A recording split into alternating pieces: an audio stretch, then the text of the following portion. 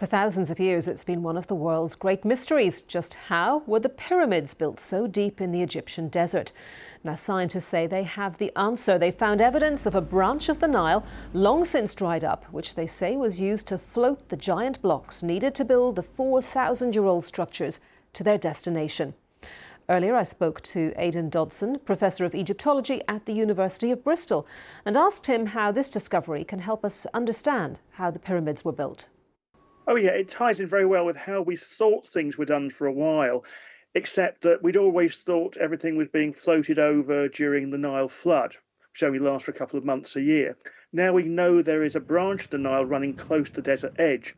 That means that materials could be brought in year round, which really changes our understanding of probably what the logistics are of pyramid building. It's worth pointing out. I was just going to say, would it explain how there are clusters of pyramids in different locations as well? It would certainly, looking at the topography, it does suggest that certain areas are better from the point of view of river access, certainly. And the pyramids, they have a habit, don't they, of revealing little nuggets of information over the years? Yeah, although this is something which is very much in the detail. I think that it's important to recognise that actually people talk about the mysteries of the pyramids. In fact, there are very few of them. We know why they're built, who they built them, and when they were built. It's more some little details and logistics, and this is where this discovery of the Nile branch comes in. That we actually can understand that they can bring in some of the materials year round rather than at certain periods. So it's that kind of of detail of logistics which this does, rather than really solving any sort of major mysteries, because really there aren't really that many in the way of real mysteries. And what will researchers now do with this information in terms of looking at the pyramids anew? I don't think it's so much the pyramids we'll be looking at it anew. It's more the whole topography, because what this discovery of this new branch is, it means that Egypt looked very, very different from what we thought it did. We'd always thought it was a single run of the Nile with fields either side and then the desert. Now we know there's another branch of the Nile, so a whole chunk of Egypt was effectively an island rather than being joined to one of the banks. So I think the big issue is not so, although everybody's sort of looking at the pyramids as the big thing, looking at how the landscape of Egypt is fundamentally different from what we expected it to be 4,000 years ago. I think that's really where the future research should be aimed. Professor Aidan Dodson.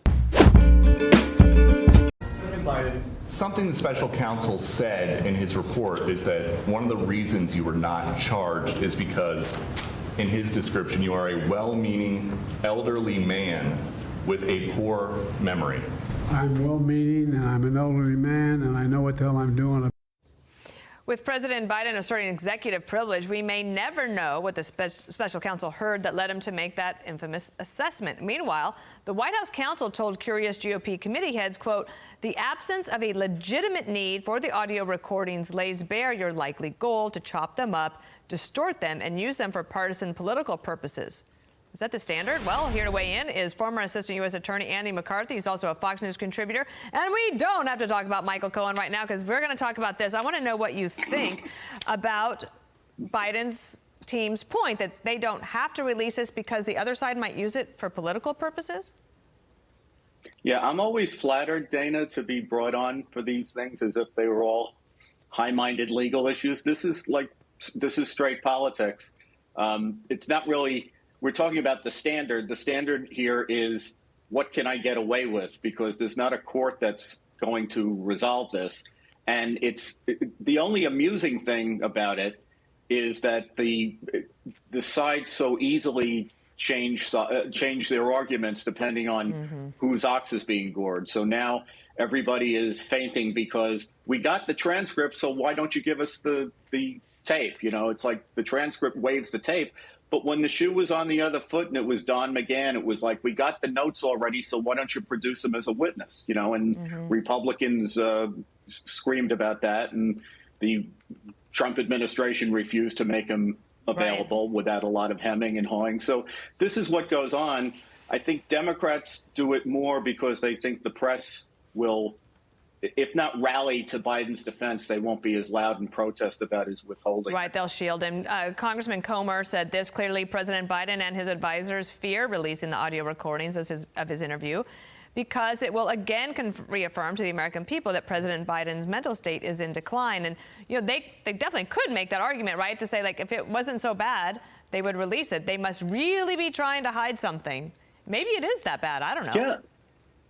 Yeah, and Dana, I know we're not here to talk about the trial, but look, we've complained all week that all we have is the cold transcript. What you really need is like to be in there, or at least to, you know, to see and hear what's going on. It's a very different experience when you see something on video or hear it live in recording versus reading it on a cold transcript. And the transcript is quite bad enough. That's why they don't want the recording out. Yeah. Anna, you've given us a ton this weekend. Rest up, and we will see you again on Monday. Thank you. It's been my pleasure. Thank you, Dana. Good stuff. Thanks, Andy. I'm Steve Ducey. I'm Brian Kilmeade. And I'm Ainsley Earhart. And click here to subscribe to the Fox News YouTube page to catch our hottest interviews and most compelling analysis. Houston is recovering from severe thunderstorms that killed at least 4 people Thursday night. The storms were so strong they blew out windows in high-rise buildings. The conditions have knocked out power for hundreds of thousands of people. Houston's Mayor John Whitmire called in to CBS News 24/7 earlier and detailed the recovery effort. Today we're kind of in a shutdown mode. We need to give our first responders access to the streets and thoroughfares. We're in a recovery mode, but people are coming together. CBS News national correspondent Dave Malkoff is in downtown Houston. So, Dave, what is the damage like where you are? Elaine, it's just everywhere. We were just walking around the downtown area the mayor was talking about, and you see these high-rise buildings, including one that almost is 1,000 feet high. It's got 77 floors. It's lost windows, and you look next to it, next door and across the street and catty corner to it, all those high-rise buildings have lost windows too. I want to show you this right here. Look at this. This is a big club downtown called Conejo Malo, and look how the storm came through, and maybe it pushed the roof down and squished out the side of the building. All the bricks are everywhere. It's a big job just to fix this one building. You can see the LED panels up there from the DJ booth. It's going to be a long time to clean this up, Elaine. Think about how long it's going to be to clean up some of those high-rise buildings that we saw as well. It just sounds like such a long road to recovery, Dave. Officials say it could take weeks to restore power in some areas. What did those efforts look like? There's a lot of people who don't have power. At one point, it was 1 million customers. And if you think about a customer is a house with possibly 5 people in it. So it's way more than 1 million people who were without power at one point. We're down to the hundreds of thousands, but maybe the high hundreds of thousands right now, because there was, you know, those big transmission lines that they have, the big ones that kind of have the arms that hang out there. There were some of those that were twisted over the highway and down on the ground. That's how powerful these winds were. We're talking about hurricane strength winds. This was not in hurricane season. We've still got a couple of weeks for that. And then this could possibly be some pop-up tornadoes. The NWS, the National Weather Service, will send out a survey crew to look at the damage and try to figure out, was this a tornado? Was it straight line winds? What actually was this? But this was a thunderstorm that was sweeping through Houston very fast. And Dave, as we hear the sound of those recovery efforts behind you and the cleanup behind you, people right now are also being urged to work remotely if they can. Do you have a sense, if you had a chance to see, are the roads in the region safe to travel on? Yeah, you don't want to come down to downtown Houston. We did talk to some families who are down here and people who work down here. It's really a remote working day. The schools are closed, so the kids are out. There's really nothing to do down here except for you can hear the chainsaws in the background pruning the trees and trying to gather up what they can on the ground. But it's going to be a long, long time to clean up all this. So it's best to work from home today. That's what the mayor is saying. Don't come downtown because it's really hard to get around the streets. There are big limbs that are still out on the roadways. All right. Dave Malkoff reporting for us. Dave, thank you. Former President Donald Trump has the day off from his criminal trial to attend his son's high school graduation. But he's also using that time to campaign in Minnesota. He will speak at the Minnesota Republican Party's Lincoln Reagan fundraising dinner tonight. Trump lost the state to President Biden in 2020 by around 7 points. A Republican presidential candidate has not won Minnesota in over 50 years. CBS News politics reporter Hunter Woodall is in St. Paul, Minnesota. So, Hunter, Donald Trump has touted having a chance to win Minnesota this cycle. How does he plan on pulling that off? Well, as you mentioned, Minnesota is an evasive state for Donald Trump in terms of politics. He narrowly lost it in the 2016 presidential election by about 1.5 percentage points to Democrat Hillary Clinton. Since then, in 2020, he really placed an emphasis on saying, hey, I want to win Minnesota, only to lose to President Joe Biden by 7 in 2020.